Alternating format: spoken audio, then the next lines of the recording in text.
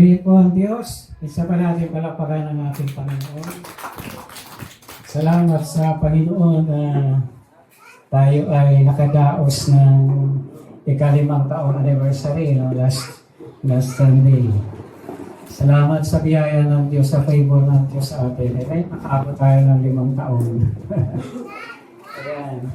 Salamat sa Diyos na sa loob ng 5 taon ay pinagpala tayo ng Panginoon. At lagi po tayong sinasamahan ng Diyos. At sa mga susunod na taon, lalo pa nating paigtingin ang paglilingkod sa Diyos. Mula ngayon, hanggang sa mga susunod na taon, lalo pa natin paigtingin ang ating paglilingkod sa Diyos. Dahil ang Diyos ay tapat, hindi siya nagbabago sa kanyang mga pangako, siya ay laging tapat na kanyang ginagawa ang kanyang mga pangako. So, salamat sa Diyos. Papasalamat ako sa mga masisipag at nagtiyaga na tumulong noong nakaraang anniversary po natin. Salamat sa mga contribution, salamat sa mga tumulong, sa mga nagluto, sa mga naghugas, sa mga nagdala ng mga pagkain, at iba pa, sa mga naglinis, sa mga nag-decorate po ng ating simbahan. Salamat sa Diyos. Palagpagan mo natin ang Panginoon. Amen? Ayan. Sa mga kabataan, sa mga nanay, mga tatay, salamat po na nandiyan po kayo lagi at hindi po kayo nagpapabaya. Ayan. Basta sa Panginoon, ginagawa po natin ng maayos. At tulong-tulong, sama-sama, walang iwanan. Diba? Tulong-tulong, sama-sama, walang iwanan. Yan ang ating motto sa Christian Life Fellowship. Christian Life Family. Ngayong umaga, pinapasalamatan po natin na ang Diyos ay nag-provide na ng materialis para po sa CR. Ayan. Ano pa lang po, ay di-deliver pa lang kasi yung nangangasiwa noon ay namatayan. Pero po ito, pag dumating na po ang materialis, ayan, pakiusap ko lang po, tulong-tulong po natin ipasok dito para hindi makaabala dyan sa labas. Diba? Yung graba, yung buhangin, yung hollow block. Dahil maliit lang kalsada sa labas, walang espasyo. Kaya pag dumating po yon, pag nag-chat po tayo sa GC para sa mga kalalakihan, so magpunta po kayo rito para ipasok po yung mga materialis. Kapag nandiyan po ba kayo? Maasahan ko po ba kayo? Ayan. Kahit po ako nasa Carolina, uuwi ako para tumulong. Dahil bigay na po yan sa atin ni Lord. Kailangan tulong-tulong po tayong ipasok para hindi po tayo mapulaan sa labas, hindi po tayo mapagalitan ng mga kabarangay natin, di ba? Ayan. Karmatilya. Siguro, brother, naisip mo yan, yung tricycle mo, papuntahin mo doon. Hiramin natin yung Karmatilya. Di ba? Okay, nandiyan po ba kayo? Ayan. So, sa mga ilang nanay po dyan na pwede mag-initiate na please nakinunan yung mga tatay na magtatrabaho po para ipasok yun. So, salamat po. Palagpakan po natin si Lord. Tayo po dito, pamilya tayo, kaya sama-sama, tulong-tulong, at nagdadamayan po tayo. Ayan. Sabi nga ni Brother Bunjo kanina, hindi naman yan para sa sarili lang, kundi para yan sa gawain ng Panginoon. Salamat na hindi po ng Diyos si Mayor na magbigay. Kung ano man mga kakulangan, pagtulong-tulungan na lang po natin na mabili. Nailagay ko po doon, puro pangdingding lang, walang pinto. Kaya ang siya natin, walang pinto.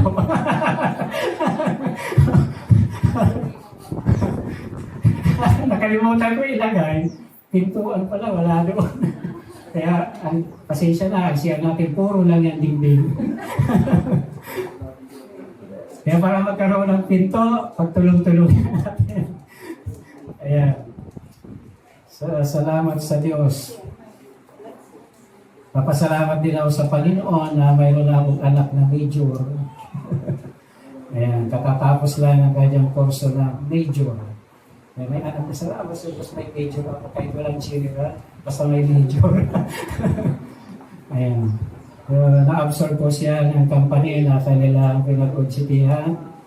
So, alam niyo po yung anak namin, hindi po yan nagdaing sa amin na wala na akong allowance dito, wala na akong budget. Hindi po yan dumaing. Di yan nagdaing na kailangan mo nang isusuot sa pictorial. Kailangan mo nang isusuot sa graduation. Kailangan mo nang pambayad sa graduation. Hindi po yan dumaing. Kaya siya lahat ang gumastos. Kaya salamat sa Panginoon na ang anak namin may initiative. Dahil sabi ko sa Diyos, mga anak namin ay, sabi ko, Lord, ang mga anak namin, regalo mo yan, hindi yan pabigat, yan ay mga pagpapala. Yan. Kaya anak nyo, lagi nyo sasabihin kay Lord, Lord, ang mga anak namin, regalo mo bagay sa muna. Hindi yan pabigat, yan ay mga pagpapala. Yan. Diba? Para ang anak nyo, hindi pabigat sa inyo. Diba? Kaya, pagka sinasabi niya sa anak, ikaw, pabigat ka sa buhay ko, ay, sala yan. Sabi ng Bible, ang mga supling ay regalo ng Diyos sa mag-asawa. Upang ang mag-asawa ay magsama at maging isang masayang pamilya. Ayan. Pagka para masayang pamilya, ang mga miyembro ng pamilya ay hindi pabigat, kundi pagpapala, katuwang. Sa church, lahat tayo ay regalo ng Diyos. Nainiwala po ba kayo? Lahat tayo dito regalo ng Diyos. Sabi ng Bible, ang pastor, ang apostle, propeta, evangelista, pastor, regalo yan ng Diyos, kaloob yan ng Diyos sa iglesia. At ang mga miyembro, ang mga tupa, regalo din yan ng Diyos. Yan. Amen? Regalo. Kaya lahat tayo dito ay regalo. Tayo ay kaloob ng Diyos. Sabihin mo sa katabi mo, regalo ka ng Diyos. Sa iglesia ko ito. Dahil regalo ka ng Diyos sa iglesia ito, hindi ka pabigat. Ikaw ay pagpapala. Amen? O sabihin mo sa katabi mo, dahil regalo ka ng Diyos, hindi ka pabigat, ikaw ay pagpapala. Yan. Di ba saya? Dahil walang pabigat. Amen? Praise the Lord. Hallelujah. Hallelujah. Ngayong umaga, tapos po tayo sa salita po ng Diyos. Buksan po natin ang Philippians chapter 3, verse 12.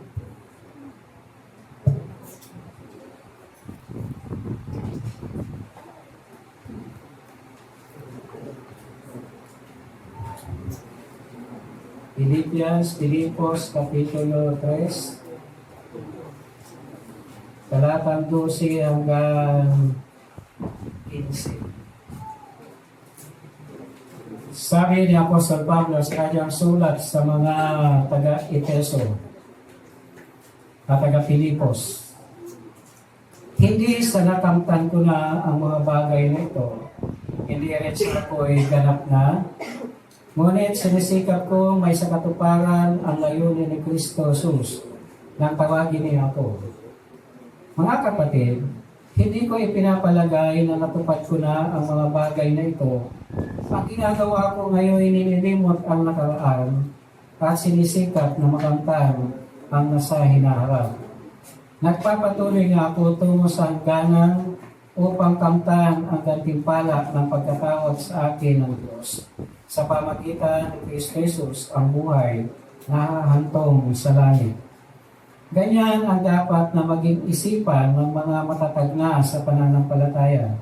Kung hindi ganito ang inyong paniniwala, ito'y paunawa sa inyo ng Diyos. Dagdag natin verse 16, ang kailangan lamang ay pagpatuloy natin ang ating mga natutuhan. Panginoon, salamat po sa pagpapala mo sa iyong mga salita at sa pagpapala mo sa amin na makakasikan ang iyong mga salita. Patuloy kaming lumago, mamunga at sumagana ang bunga. Mapapurihan ka namin, maparangalan sa paglilingkod na ito sa iyo. Sa pangalan po ng Panginoong Yesus, ito ang aming panalangin. Amen. Ang tema po ng ating mensahe ngayon ay straining toward the goal. Straining toward the goal. Sino po sa inyo ang mayroong goal? Pero ba, sino sa inyo ang mayroong goal sa buhay? Isa lang ang mayroon. Ayan. Ibig sabihin, marami sa inyo walang ka-goal sa buhay. Sino sa inyo ang mayroong hangarin? Yan, sa Tagalog, hangarin sa buhay. Taas ng kamay. O, mayroon pa rin, wala. Walang hangarin sa buhay. Walang goal sa buhay. Mahalaga ba ang magkaroon ng goal sa buhay? Walang sumasagot. Ibig sabihin, hindi naniniwala. Mahalaga ba ang mayroong goal sa buhay? Amen. Dahil pag wala kang goal sa buhay, wala kang mararating. Pag wala kang goal sa buhay, wala kang pag-asenso. Pag wala kang goal sa buhay, wala kang matatapos. Amen? Pag wala kang goal sa buhay, mananatili kang mahirap. Yan. Mananatili kang dukha pag wala kang goal. Nandiyan po ba kayo? Amen? Masakit minsan narinig ko sa bayaw ko. Sabi sa akin, ikaw Elias, wala kang kaambi-ambisyon. Nung tumira ako sa kanila ng 3 taon, narinig ko yun, tumatak sa isip ko yun, mula 1988 hanggang 2001, hanggang 1991, tumira ako sa kanila. Ako noon, bagong salta ng Maynila, wala akong alam kaibidiya sa pamumuhay sa Maynila. Laki akong probinsya. Ang natutunan ng trabaho dito sa uma. Ayan, kaya pagdating ng Maynila, aanga-anga. Kaya sabi sa akin ng bayan ko, ikaw Elias, wala kang kaambi-ambisyon. Masakit tumatak sa isip ko yun. Ako pala walang ambisyon.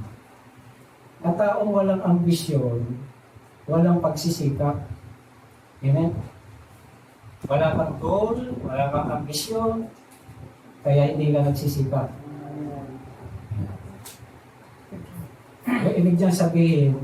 Ibig sabihin nung bayaw ko, pag may ambisyon ka, dapat nagsisikap ka. Nagpupursige ka.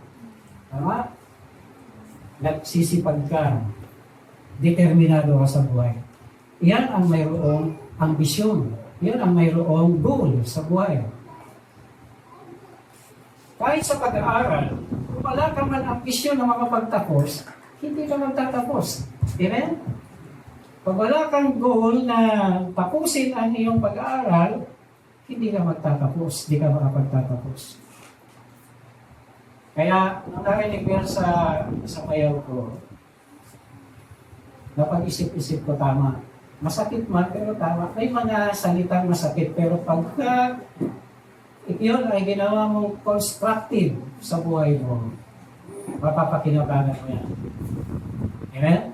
Pero kung destructive, pagka ang dating sa'yo destructive, at magsisipiti ka na lang, o kaya magagalit ka na lang, maiinis ka sa tao, hindi ka lalago. Amen? Hindi ka mag-move on. Hindi ka magsisikap. May mga tao ganyan. Pag nakarinig ng salita masakit, nagsisirpiti, nagpupuso ngayon, so yung goal, wala na. Yung hangarin, yung layunin, wala na. Wala ng ambisyon. Ang ambisyon, hindi yan masama. pagka nasa tama. Basta yung ambisyon mo para sa kaguratan, yung ambisyon mo para sa pamilya, yung ambisyon mo, yung ikaw ay makatulong sa kapwa, maganda yan. Pero kung self-ambition lang, na wala kang ibang layunin, kundi sarili lang, masama yun.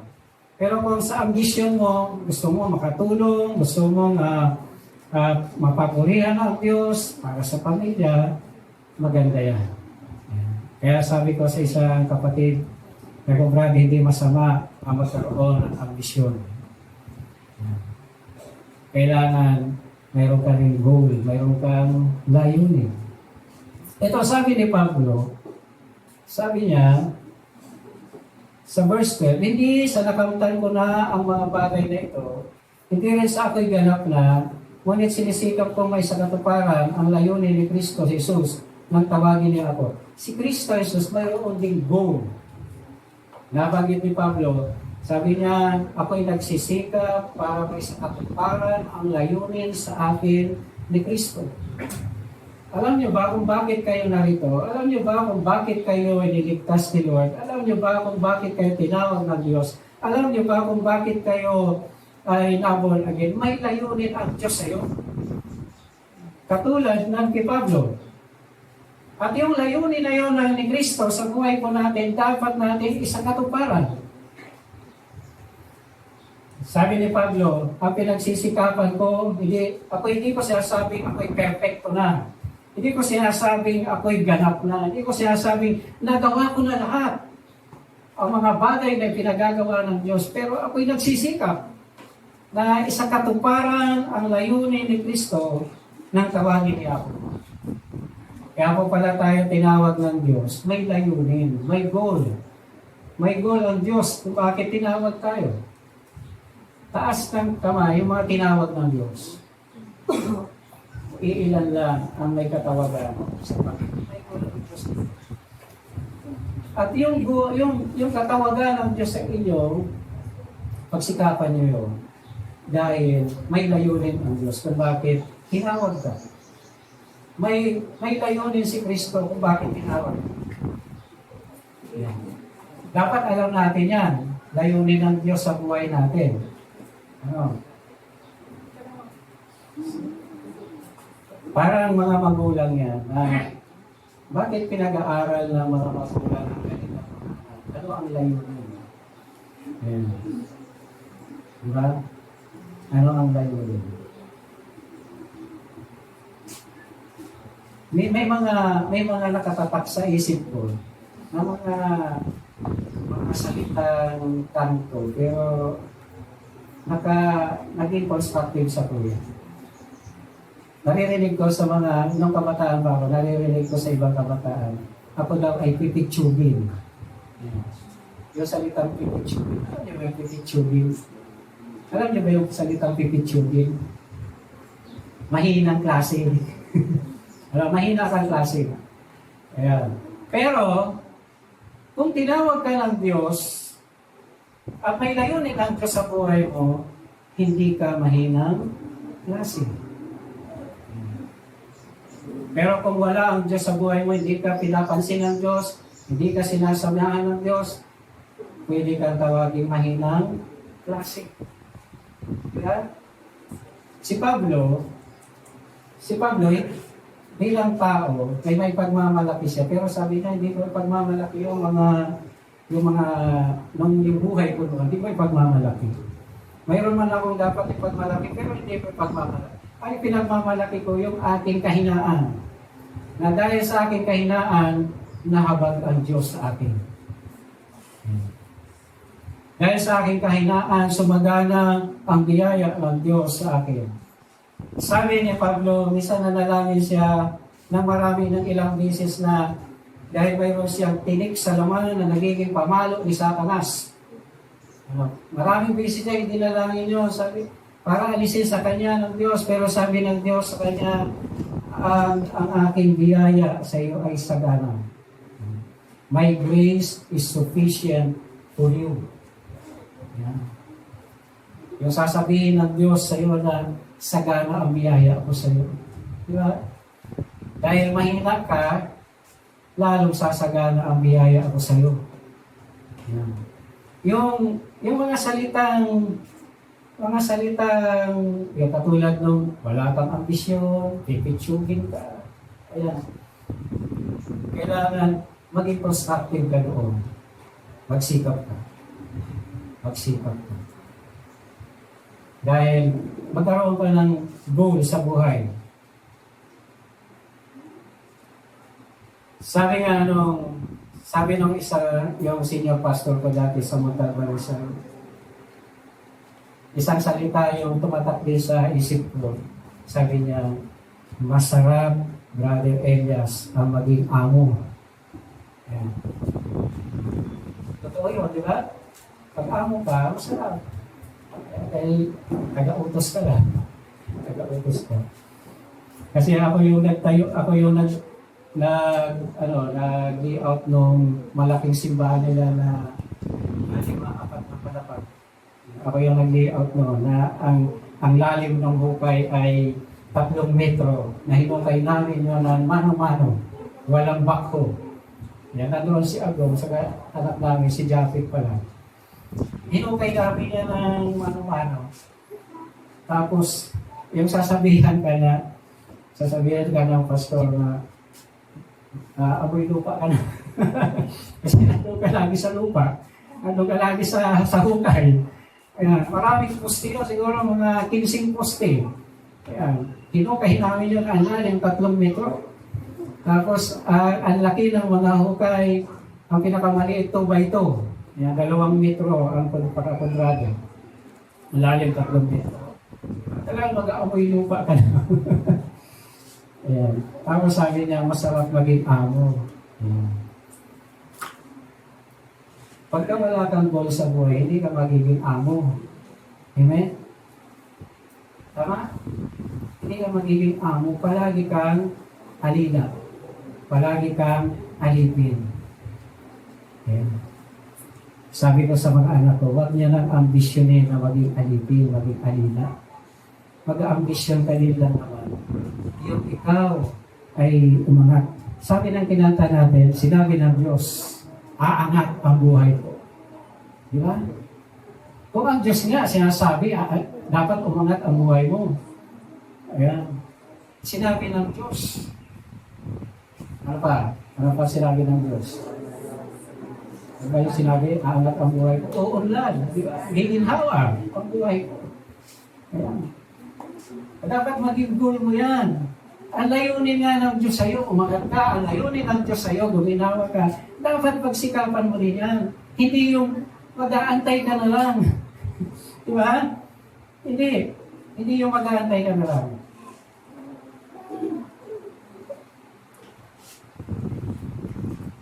Yan po ang goal. Dapat ikaw ay nagsisikap. Pinagsisikapan mo marating yung layunin.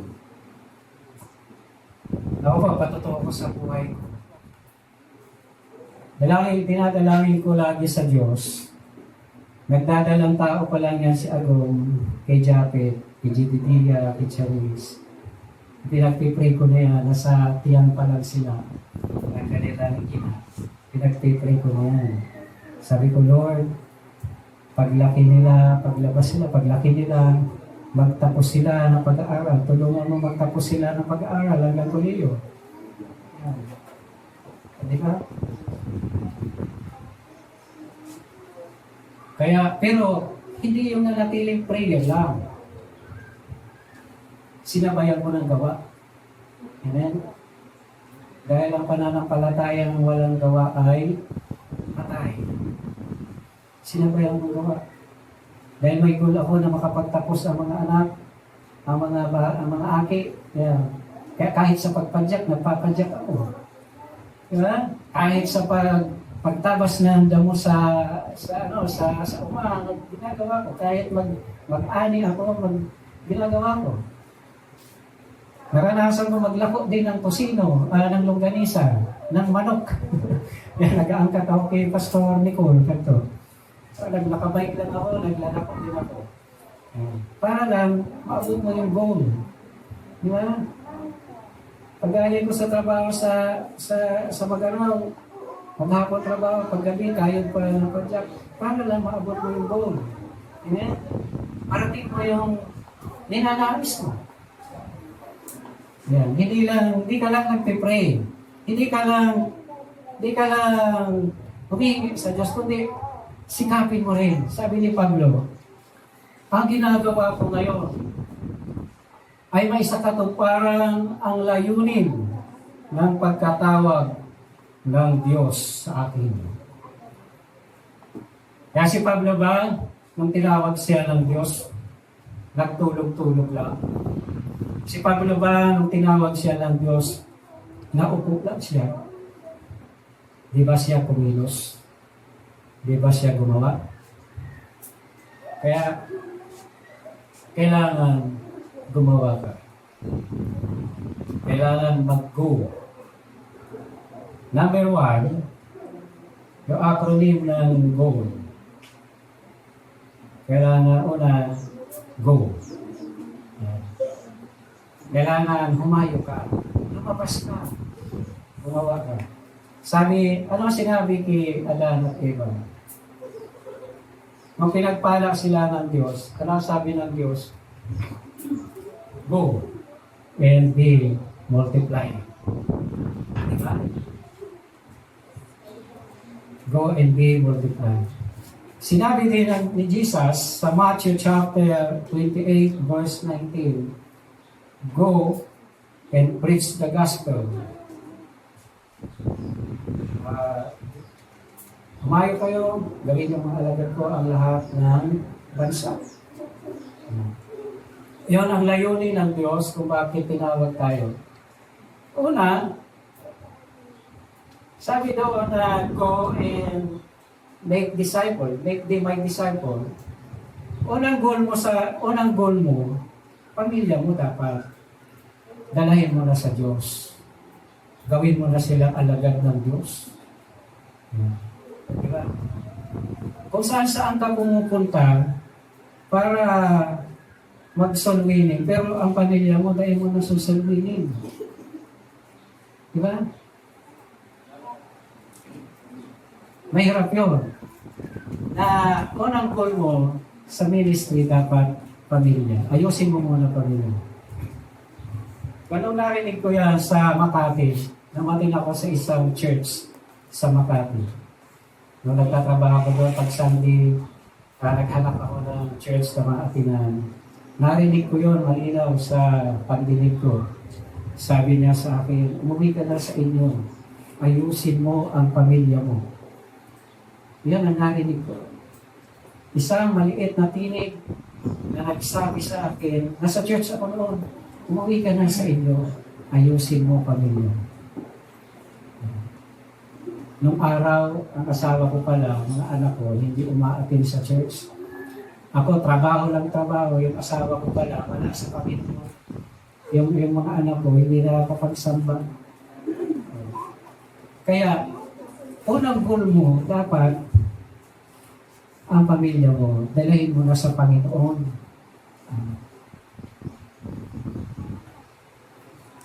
Dalahin mo sa Panginoon.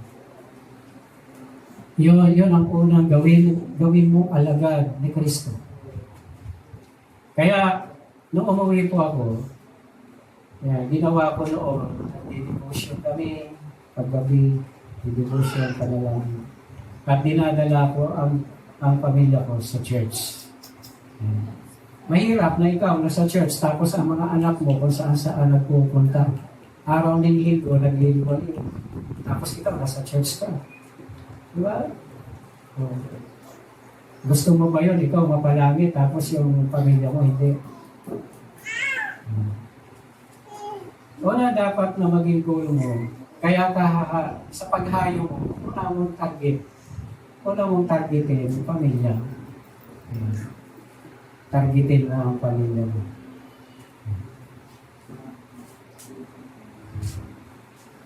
Para walang problema, walang hadlang.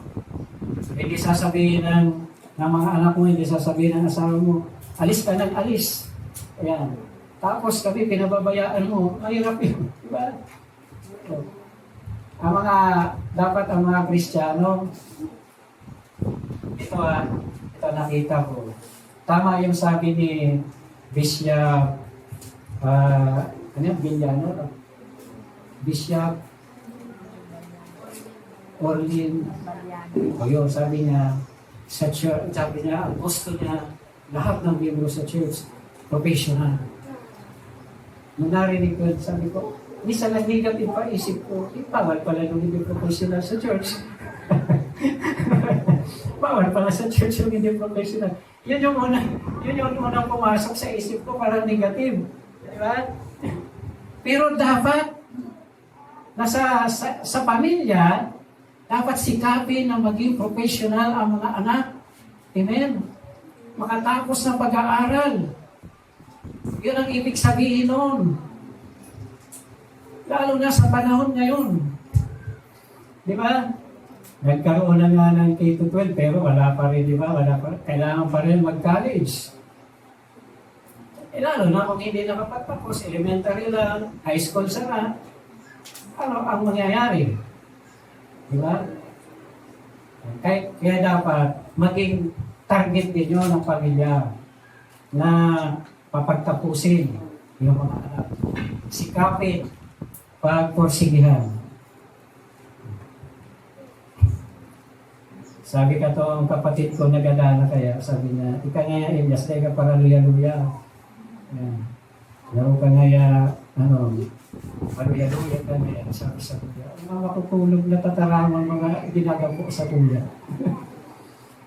Pero salamat sa Diyos, yung mga salitang yun, na naalala ko. Ayan. Nakita ko na salamat sa Diyos, sa biyaya ng Panginoon, sa favor ng Panginoon. May mga anak ako nagtatapos na. Yung mga taong nagsalita sa akin ng masakit, wala silang makatapos. Wala silang makatapos. Kailangan mag-go. Di ka lang, sabi ng ang Diyos galit sa tamad. Di ba? Ang Diyos ayaw niya ng tamad. Kaya sabi ng kawikaan, hanggang kailan ka ba maligwas sa iyong higaan, taong tamad? Sa panahon ng tag-ali, ikaw pa rin ay naghihirap. Di ba? Ayun. Panahon ng tag-ali, tapos ikaw ay mahirap. Tapos sa panahon ng tag-ali, ikaw ay may inaamin. Mayroon kang kasaganaan. Ayun. Pangalawa, obey. Ayan. Kailangan gawin mo kung anong instruction. Gawin mo kung anong requirements para ikaw ay para maabot mo yung goal. Katulad niya sa trabaho, kung ano ang requirements, ibigay mo. Diba? Para ikaw ay makapagtrabaho. Yan. Ngayon, maraming requirements sa trabaho. Kailangan mo ng police clearance, kailangan pag-ibig, kailangan mo ng SSS, kailangan mo ng BIR, marami. Yan, kailangan mo ng PhilHealth, marami. Yan. Kaya kung wala ka rin ambisyon na makapagtrabaho, na kumita ka ng malaki, hindi mo yan gagawin. Kaya obey what is required. Obey what is command. Sundin mo kung ano nire-required sa'yo, sundin mo kung ano pinagagawa sa'yo, kung ano pinag-utos. Kaya dito, sabi ni Pablo, balikan po natin ang Pilipos sa verse 13.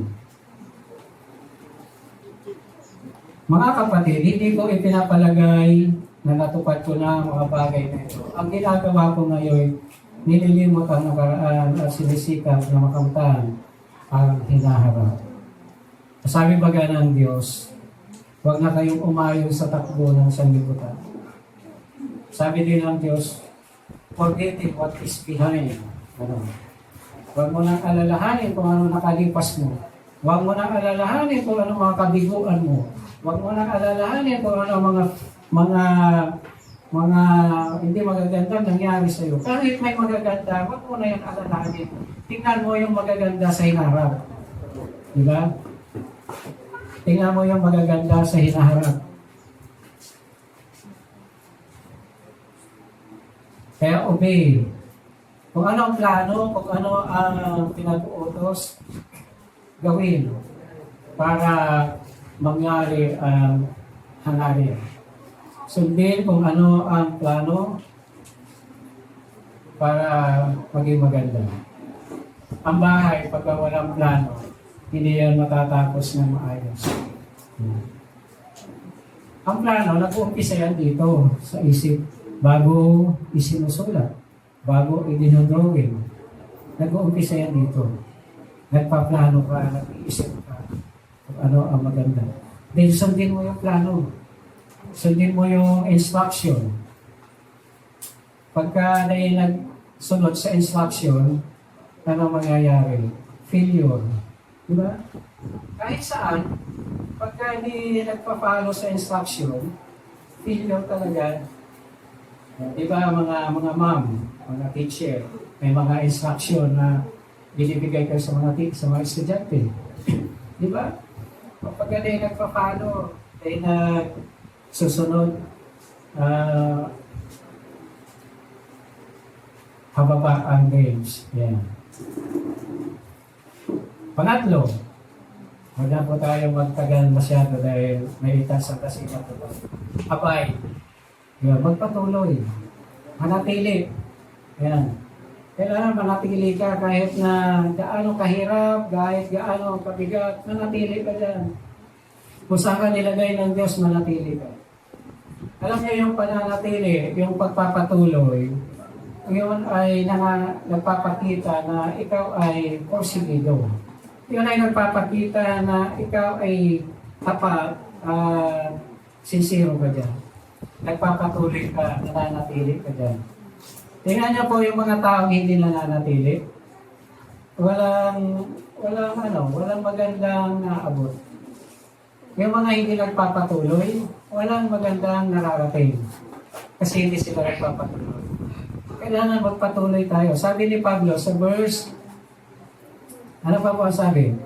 Sa verse 14, nagpapatuloy nga ako tungo sa hangganan upang kamtan ang gantimpala ng pagkatawag sa akin ng Diyos.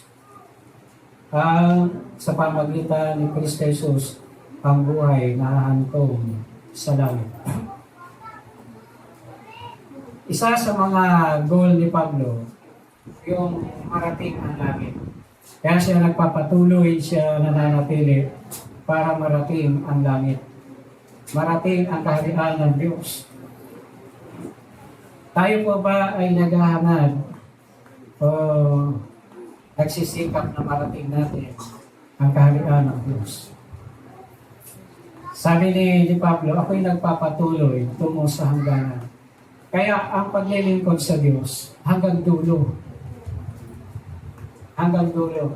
Hindi tinitingnan ng Diyos kung gaano kaganda ang iyong pag-uumpisa. Hindi tinitingnan ng Diyos kung gaano kaganda ang iyong pasimula. Ang tinitingnan ng Diyos kung paano ka magpapatuloy hanggang dulo. Hanggang dulo. Kahit sa pag-aaral, ganun din. Kahit nung kinder ka, awarded ka. Elementary, awarded ka. High school, awarded ka pa rin. Senior high school, awarded ka pa rin. Pagdating sa college, dapat awarded ka pa rin. Nagpapatuloy. Nagiging consistent ka. Yan ay ibig sabihin ng abide. Yan ang ibig sabihin ng abiding. Nananatili, nagpapatuloy. Kumbaga, yung lakas mo, yung sipag mo, ay lalong nag-iigting para abutin ang pinapangarap. Si Pablo, ang pangarap niya ay langit. Ayan. Kaya ibinigay niya ng buong buo ang kanyang sarili sa paglilingkod sa Diyos kasi yan ang layunin ng Diyos sa kanya. Sabi niya, nagpapatuloy na ako tungo sa hangganan upang kamtan ang gantimpala ng pagkatawag sa akin ng Diyos sa pamagitan ni Kristo Jesus ang buhay na ahantong sa langit. Pag tayo po nagpapatuloy hanggang dulo, mayroong awarding. Di ba? May reward. Sabi ni Pablo, ako'y nagpapatuloy para kamtan ang aking gantimpala. May gantimpala. At yan ang goal ni Pablo, yung gantimpala. Gantimpala ang goal ni Pablo. At saka yung langit. Dito sa lupa, naghihirap ka na. Huwag mo nang hangarin na sa kabilang buhay, mahirap ka pa rin, maghihirap ka pa rin. Dahil doon wala nang katapusan. Dito sa lupa, sabi ko, Lord, dito sa lupa, matindi na ang paghihirap namin ng naranasan. Kaya sa kabilang buhay, ayaw ko nang maghirap. Diba? Kaya magpapatuloy tayo. Tayo ay mananatili sa Diyos. Huwag tayong bibitaw. Huwag tayong susuko. Huwag tayong panghinaan ng loob. Dahil ang Diyos ay hindi kanya pababayaan. Sabi ng Diyos kay Daniel, Daniel, ipagpatuloy mo ang iyong gawain. Sapagkat pag ikaw ay namatay, bubuhayin kang muli. Pag ikaw ay namatay, bubuhayin kang muli. Kaya sabi ng Diyos kay Daniel, ipagpatuloy mo. Pang-apat, yung love. Kailangan lahat na ginagawa natin, ang motivation nito ay pag-ibig. Amen? Lahat na ginagawa natin sa Diyos, sa kapwa, sa pamilya, ang motivation nito ay pag-ibig.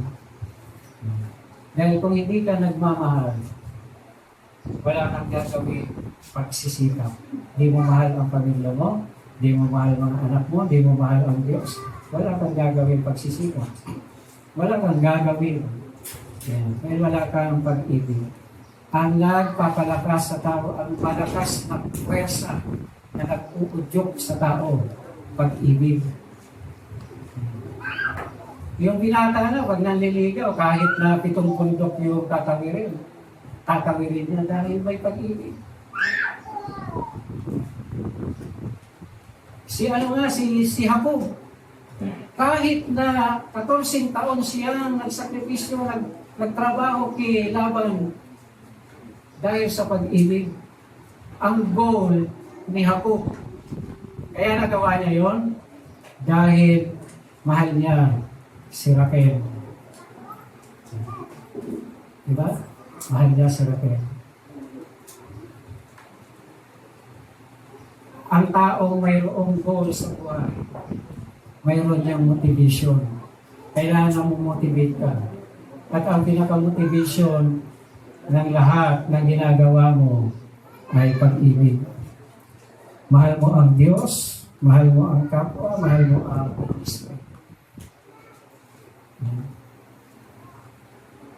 Diba? Pagka hindi mo mahal ang mga anak mo, hindi mo yung pagsisikapan ng mga tapos. Katulad ng mga nanay nung una. Tama na na yan, makatapos ng grade 6. Kapag nag-aaragon na yan, maharalik niya sa tuya. Sayang sa namin si Gastos. Diba? Yan yung mga nanay mo. Kaya patatahanggang grade 6 na, tapos padadara na kung sa 8, mamamasukan na, nakatabang, tagalabang. Oh. Di ba? Asaan yung pagmamahal doon sa mga anak? Wala.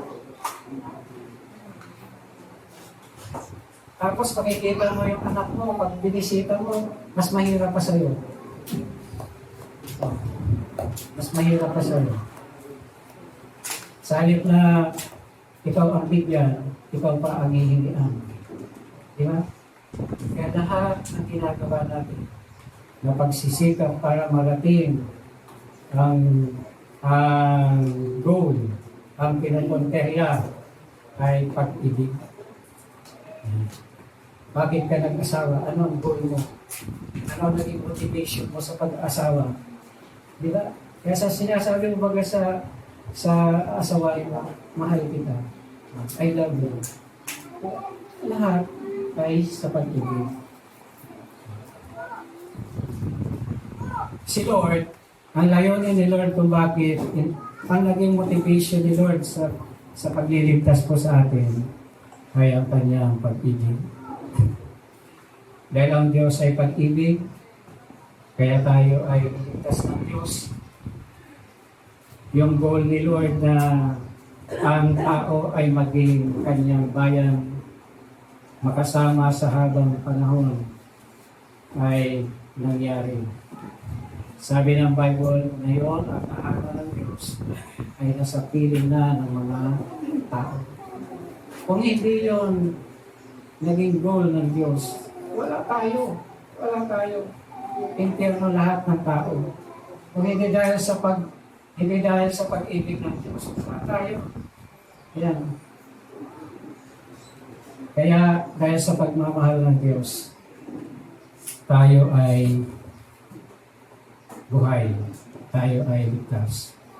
Tayo ngayon, mahalin din natin ang Diyos. Unang maging goal natin ito na mahalin ang Diyos ng buong puso, buong lakas, ng buong pag-iisip, ng buong kaluluwa. Tayo po tumayo. Kung mayroon po tayong mga goal sa buhay, sabi po, straining toward the goal. Yung unang anniversary natin, matatandaan ko, reaching forward. Dito po sa atin, sa Iglesia ng Diyos sa Del Carmen, mayroong goal ang Diyos kung bakit nagkaroon dito ng church. At tayo din, pagsikapan natin marating yung goal na yun. At tayo, magkaroon din tayo ng goal na maabot natin yun. Mangarap po tayo. Magkaroon tayo ng ambisyon para sa Panginoon, sa pamilya, at sa ministry. Ama na nasa langit, salamat po sa iyo. Dahil po sa magandang layunin mo sa amin, kami ay nagkaroon ng pag-asa. Kami nagkaroon ng magandang buhay. Dahil sa magandang layunin mo sa amin, Panginoon, napatawad mo kami sa aming mga kasalanan. Kami nagkaroon ng liwanag. Mayroong hinihintay na buhay na walang hanggan. Salamat po sa iyo, O Diyos. Tulungan mo kami na magsikap hanggang dulo. Tulungan mo kami sa aming mga paghayo, sa pagsunod sa iyong kalooban, at sa pagpapatuloy hanggang dulo, Panginoon, at sa pag-ibig, sa pagmamahal po namin sa iyo at sa aming kampo. Salamat sa umagang ito, Diyos, sa iyong mga salita na kami tinulungan mo, Panginoon, na maging bukas ang aming isip, maging bukas ang aming puso para sa iyong mga salita. Pagpalain kami, Panginoon. Maging ang aming Santa Cena ngayong umaga, pagpalain mo po, O Diyos. Tatanggap kami nito na mayroong malinis na kalooban, malinis na konsensya, Panginoon. Kung mayroong mga kasalanan nagawa, mga naisip na masama, mga nasabing hindi maganda, ipagpatawad mo po ang lahat. At tulungan kami na maging banal tulad mo na isang banal. Salamat po sa iyo sa pangalan po ng Panginoong Jesus. Amen. Palakpakan po natin ang Diyos at